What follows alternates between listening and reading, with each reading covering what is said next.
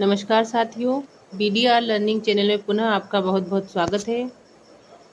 Pre board परीक्षा सत्र 2024-25 अंतर्गत इस वीडियो में हम कक्षा 12वीं के भूगोल के प्रश्न पत्र के समाधान देखने वाले हैं। आज सुबह 11 से 2 की पाली में आपका पेपर संपन्न हुआ है। इस वीडियो के माध्यम से आप अपने उत्तरों के मिलान कर सकते हैं और अपने अंकों का आकलन कर सकते हैं।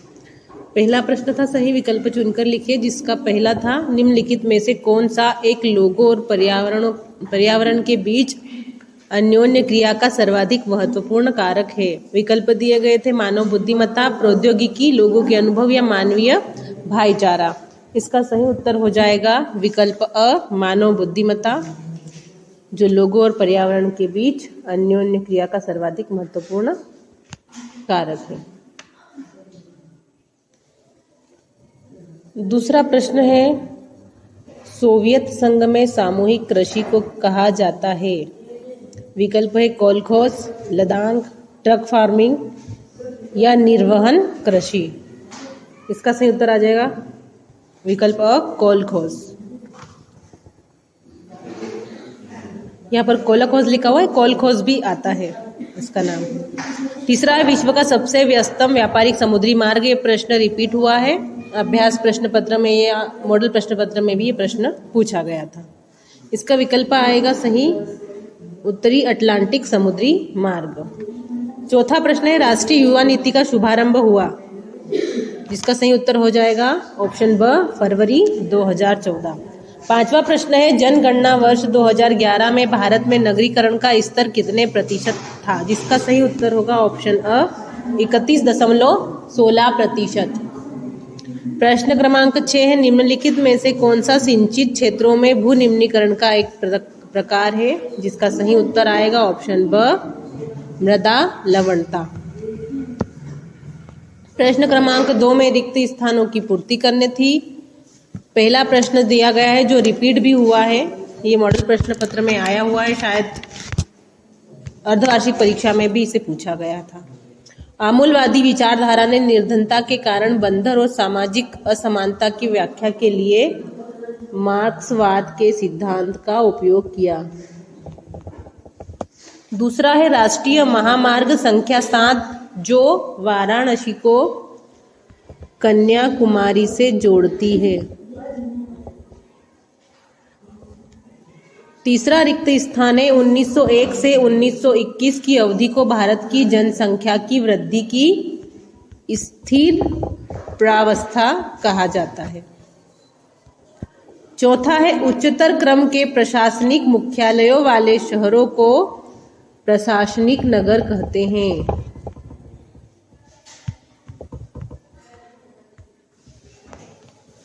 पांचवा है, महाराष्ट्र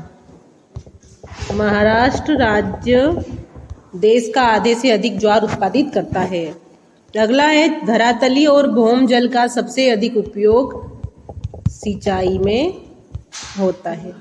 इस प्रकार आप देखेंगे आपके रिक्त स्थानों में पहले रिक्त स्थान में मार्क्सवाद आएगा, दूसरे में कन्याकुमारी, तीसरे में स्थिर, चौथे में प्रशासनिक, पांचवे में महाराष्ट्र और छठे में सिंचाई। प्रश्न क्रमांक 3 में सत्य असत्य चुनकर लिखना है। पहला दिया है, जननांकीय संक्रमण सिद्धांत के अंतिम अवस्था में प्रजननशीलता और मृत्यता दोनों अधिक घट जाते हैं। सत्य कथन है। दूसरा है, विस्तृत वाणिज्य अनाज कृषि में प्रति व्यक्ति उत्पादन अधिक होता है। सत्य कथन है। तीसरा कथन, यूरोप में विश्व का सघनतम रेल तंत्र पाया जाता है। असत्य हो जाएगा। चौथा है, अनाज उत्पादन में भारत विश्व में प्रथम स्थान पर है। सत्य है। लौह अयस्क के प्रगलन के लिए मैंगनीज एक महत्वपूर्ण कच्चा माल है। सत्य हो जाएगा। चेन्नई पत्तन पूर्वी तट पर स्थित सबसे पुराने पत्तनों में से एक है। ये सत्य कथन हो जाएगा। इस प्रकार पहला सत्य, दूसरा सत्य, तीसरा असत्य, चौथा सत्य, पांचवा सत्य और छठा सत्य हो जाएगा। प्रश्न क्रमांक 4 में सही जोड़ी का मिलान करना है।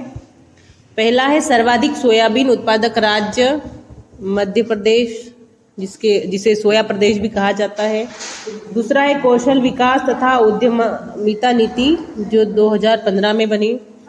तीसरा है भारत में जनसंख्या विस्फोट की अवधि 1951 से 1981 तक। चौथा है आर्यभट्ट 1779। अंतिम है प्राथमिक क्रियाकलाप जिसके अंतर्गत भोजन संग्रहण एवं आखेट सम्मिलित किए जाते हैं। प्रश्न क्रमांक 5 में एक वाक्य में उत्तर लिखना है। पहला दिया है मानव विकास प्रतिवेदन 2020 के अनुसार भारत का कौन सा स्थान था? 131वां स्थान था। दूसरा है पर्शिया की खाड़ी पर अबादान किस प्रकार के पत्तन के उदाहरण है? ये तेल पत्तन के उदाहरण है। तीसरा है भारत का विश्व में गन्ना उत्पादन में कौन सा स्थान है? दूसरा स्थान है। चौथा है भारत की जनसंख्या की किस प्रावस्था में वृद्धि दर अत्यंत निम्न थी?